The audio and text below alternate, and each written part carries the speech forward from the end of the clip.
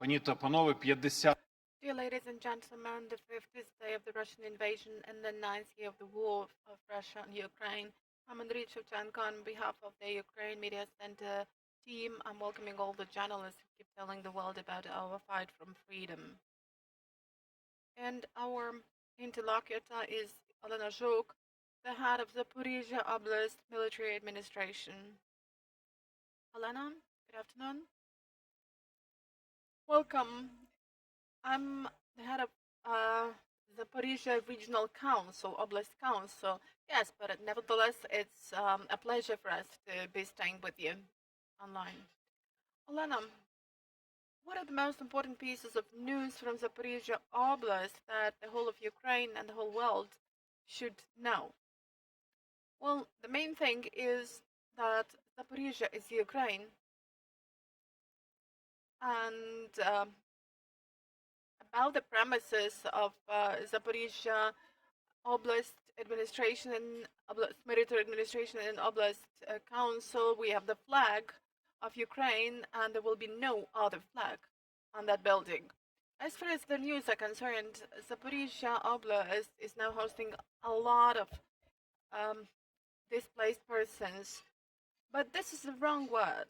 These are our guests. These are our people, the people affected by the Russian aggression, and we have hosted about 130,000 people, including about 35,000 children. It's very difficult to say whether it's a lot or whether it's little, but these are definitely people with their souls affected. These are children with great sadness in their eyes. And our main task now for us is to, first of all, rebuff the enemy and take back the occupied territories. But that is the task of military guys, and the task of civilians now is to host displaced persons, provide them with food, drugs, and essentials for the nearest days. Let's speak about displaced persons, and let me explain it for foreign journalists that Zaporizhia Oblast in those days has become one of the key hubs, evacuation hubs, because the people who are now leaving Mariupol, Melitopol, Berdyansk have to go to Zaporizhia or close to Zaporizhia. So, Olena, please do help us to understand how many people are there, how many people are staying with you, and how many people are leaving Oblast and going further on. I've already mentioned that over the recent period we have hosted 130,000 people, including 35,000 children, and this figure changes in hundreds every half an hour. Currently, for today, we have planned 9 evacuation corridors within the whole of Ukraine, including humanitarian corridors in Zaporizhia Oblast. That's why today we expect the arrival of more people to our hub, and people keep coming to that hub. They get registered there, their documents are checked there, the first medical aid is provided to them, because these are mostly people with absolutely affected health status, I mean both physical and mental health.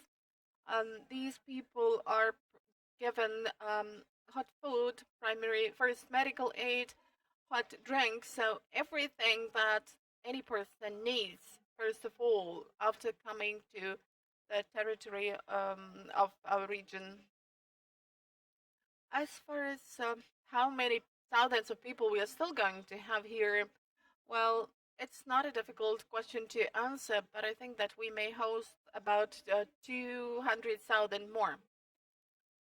Concerning the number of people staying in Zaporizhia Oblast, we have got information that about 80 or 85% of people coming to Zaporizhia Oblast stay there for 2-3 days and then they move on. And I would like to mention that they move on not because they don't feel comfortable here or that we are hosting them and accommodating them in a bad way. No, we are really taking them as our fellows. But people are really scared, in particular people from Mariupol. You know, this is a separate story, because these are people with with scared children, with destroyed cars, with children who need to be given some emergency aid.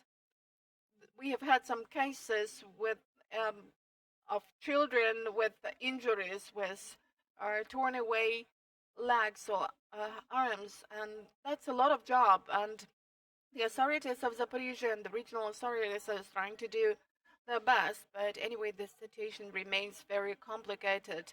We are really grateful to volunteers and to people who are not indifferent.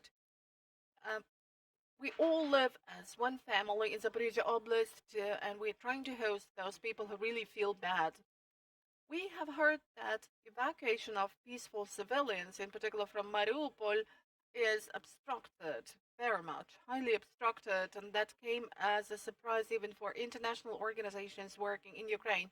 What would be your explanation to that? Why is it so difficult to evacuate people from the Ukrainian south? Why has this evacuation from the Ukrainian south become a real humanitarian catastrophe? Well, you've been absolutely right about saying this, about these humanitarian corridors. There is only one reason behind that. That is the fact that Russians are not complying with any arrangements and humanitarian corridors and convoys. According to international rules, a humanitarian corridor, or rather the definition and the principles of humanitarian corridors determine the principles for arranging humanitarian corridors, but nevertheless invaders are firing at cars that are going along the routes of those humanitarian convoys. They block private cars and cars of and buses with people who are being evacuated, and some humanitarian aid which is going to the occupied territories. And for several days, they are not letting people go beyond certain inhabited settlements. So I might tell you that really the terms of humanitarian convoy arrangement are not kept to. That's why, for example, yesterday we didn't have any humanitarian corridors. That's only because Russians do not comply with the requirements set for any humanitarian corridors. And what statements do you hear from the southern occupied territories? Well, it's really very difficult to tell about this. For me, as an official, as a human being, as a woman, and I might definitely tell you that when the territories that are under temporary occupation are liberated, we will see a lot of atrocities, a lot of murders. And even the German fascists didn't do what the invaders are now doing in Ukraine.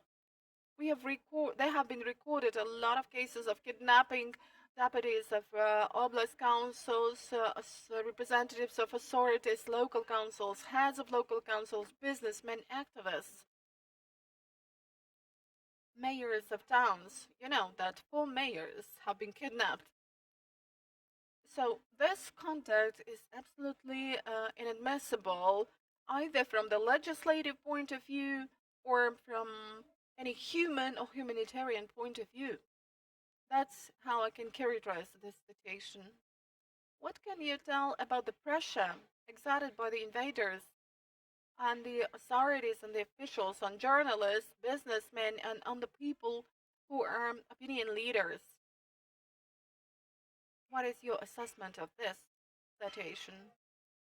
Well, this pressure is really immense. And I can tell you that deputies of the local authorities in the occupied territories have been attended by invaders either at home or at workplace, and they have suffered great losses, economic, financial or other. They've been threatened. Some of them had been kidnapped, or the people with machine guns came to their houses and tried to gun their weapons at minor children. And this is the pressure which is exerted on a daily basis, and really officials and businessmen are under a great pressure. Thank you for the talk, Olena Zhuk, head of Zaporizhia Oblast Council. Stand with Ukraine.